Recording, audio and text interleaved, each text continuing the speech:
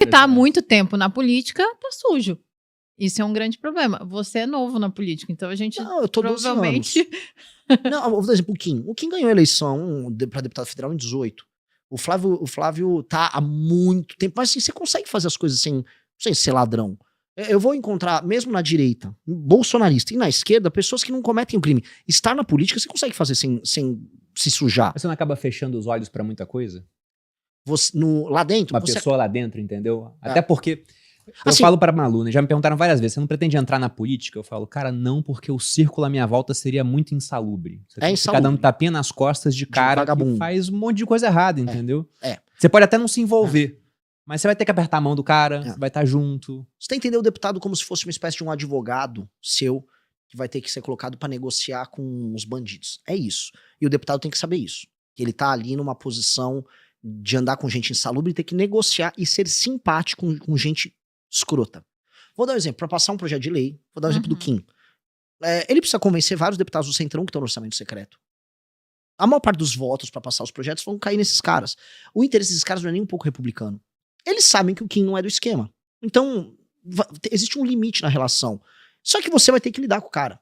Você tem que lidar com o cara mesmo sabendo que ele tá desviando o dinheiro da saúde na cidade dele, que ele tá vendendo o voto dele pro governo dentro de uma determinada circunstância.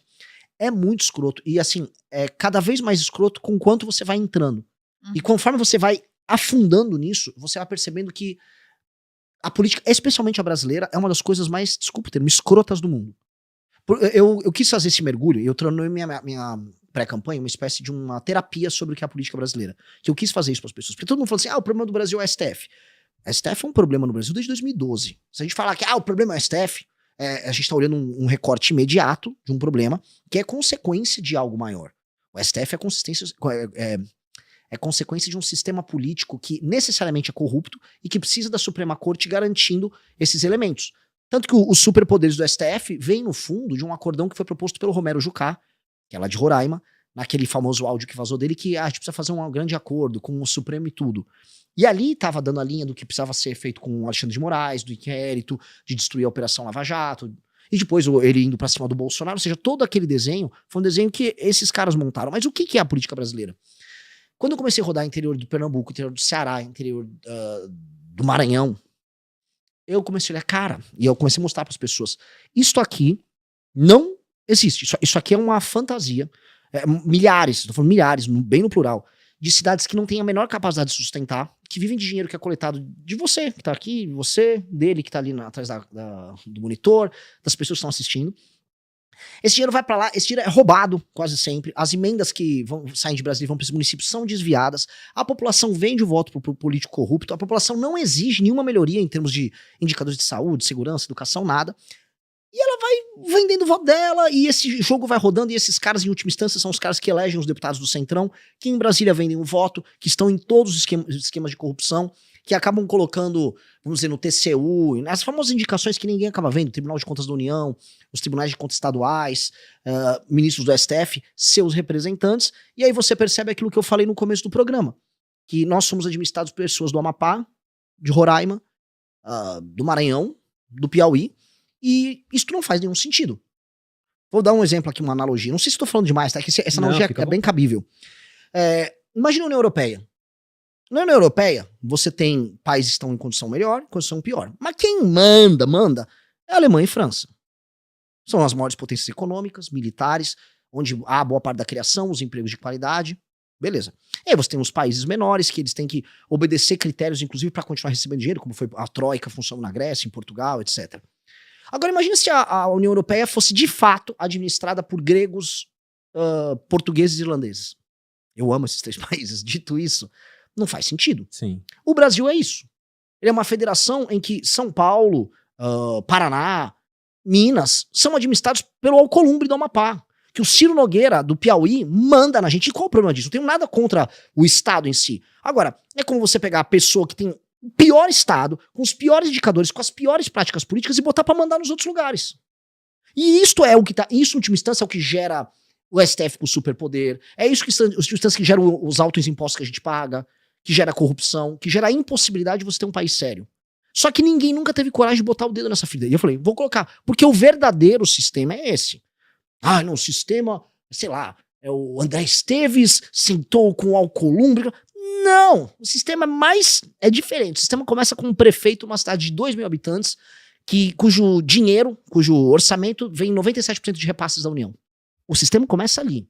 E ele vai avançando pros políticos, pros grandes deputados, pros grandes senadores, e aí esses caras fazem um esquema em Brasília. E esse é o problema que faz que o Brasil não dê certo. E como acabar com isso, cara? Porque o Giordano Bruno, ele tinha uma frase que era muito interessante. Ele falava que é muita ingenuidade pedir para aqueles que têm o poder para reformarem o poder. E aí digamos que você seja eleito, mas tem uma base forte no Congresso. E o STF também tá lá, né? Porque hoje em dia ele também... vocês legislaram isso? Não quero. Não vai ter. E esse é um esquema muito rentável para quem tá na política já há bastante tempo. Como você disse, tem um pessoal que tem dinheiro, que quer fazer políticas de curto prazo, mas esse pessoal pensa a longo prazo, em intervalos maiores, né? E, inclusive, eu fico curioso para saber a sua opinião sobre se tem alguém realmente que manda no Brasil, dado o que o Vorcaro fez. Porque o Vorcaro, ele era um banqueiro de um banco pequeno, que ficou médio, por conta das captações que ele fez com os CDBs do Banco Master, oferecendo, né, rentabilidades muito mais altas do que o normal que você vê no mercado. E esse cara, ele comprou todo mundo. Porque tem gente de esquerda, gente de centro, gente da direita, ele basicamente comprou todo mundo. Eu pensei, cara, o Vorcaro fez isso sendo um banqueiro médio. O que alguém realmente com muito poder econômico, tipo, se o Elon Musk quisesse, ele comprava o Brasil, pô. Sim.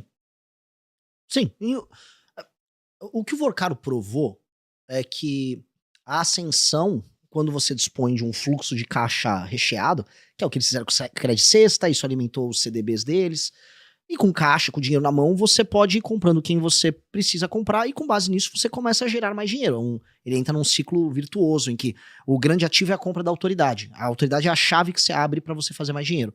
Eu tava vendo, por exemplo, tô fazendo aqui um podcast para meter provocação aí para muita gente, pro Tarcísio. Tarcísio recebeu doação do Fabiano Zettel, ligado ao Vorcaro. O Tarcísio fez uma venda muito estranha da EMAI. Por que a EMAI foi vendida por Tanuri, que é o sócio oculto, o verdadeiro dono do Banco Master? E por que um cara ligado a... Por que a Ambipar estava envolvida nisso e o cara da Ambipar foi parar na Sabesp, que foi privatizada também pelo Tarcísio? Por que o Tanuri, após comprar a EMAI, ele sai fazendo emissão de dívida e essa emissão de dívida foi utilizada para comprar títulos do Let's Bank? Ele comprou uma estatal para emitir dívida e comprar títulos do Let's Bank. Aí o mesmo Tanuri vai no Paraná do Ratinho, parceiro de negócios dele, e aí ele compra... Foi a Copel... E fez a mesma coisa com, acho que não sei se foi o Will Bank ou com o próprio Banco Master. Ou seja, cada chave de acordo político que você abre uma porta em que você tem possibilidade para emissão de mais dinheiro e de dívida, e aí você vai rodando aquele sistema. Até uma hora que o sistema, essa pirâmide ia colapsar, e aí eles foram enfiar ou no FGC ou no BRB. Era o plano dele. Essa ascensão, a gente percebe que ela é muito fácil.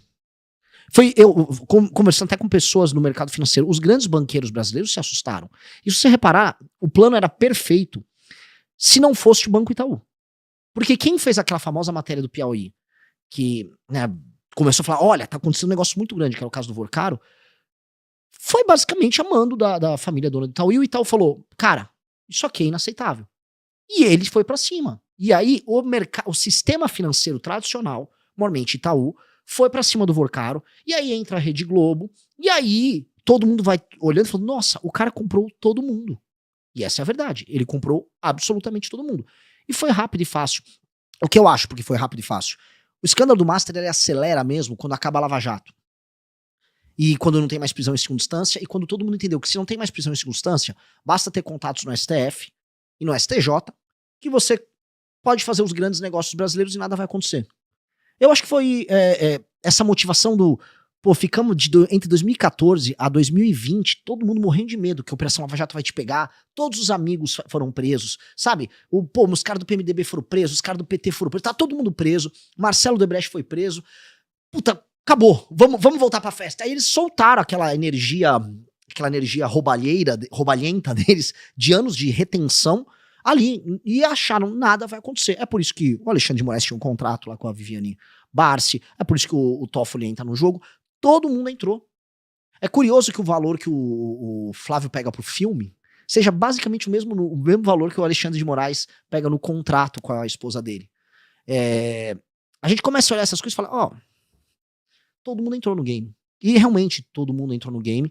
E o desenho que é feito é para nada acontecer. Agora você falou uma coisa muito interessante que é, o sistema não vai querer se autorreformar. E não vai. Não vai. O desenho está sendo feito por todos. Envolve os Bolsonaro, envolve o PT, envolve o próprio STF, é saber quem vão ser os bodes expiatórios e vão ser jogados pro sacrifício, para você ter o menor dano possível pros agentes.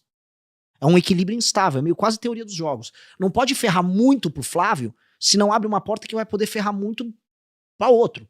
Então, todo mundo tem que, né, aquela famosa ninguém solta a mão de ninguém, versão de esquerda à direita, de todo mundo envolvido. Então, acho que tem um equilíbrio instável. O que a gente precisa fazer? É a tese das contra-elites. Nós temos que formar uma contra-elite. E o que é uma contra-elite? Não é só o povo que resolve, porque o povo tá tomando detergente, e o povo tá, assim, o povo no Centro-Sul tá tomando detergente pro Flávio, e o povo no Nordeste tá agradecendo que o Lula vai dar um vale gás. Opa! Gostou do vídeo? Se inscreva no canal, deixa o like. Ajude a Tesoura Nacional nessa missão.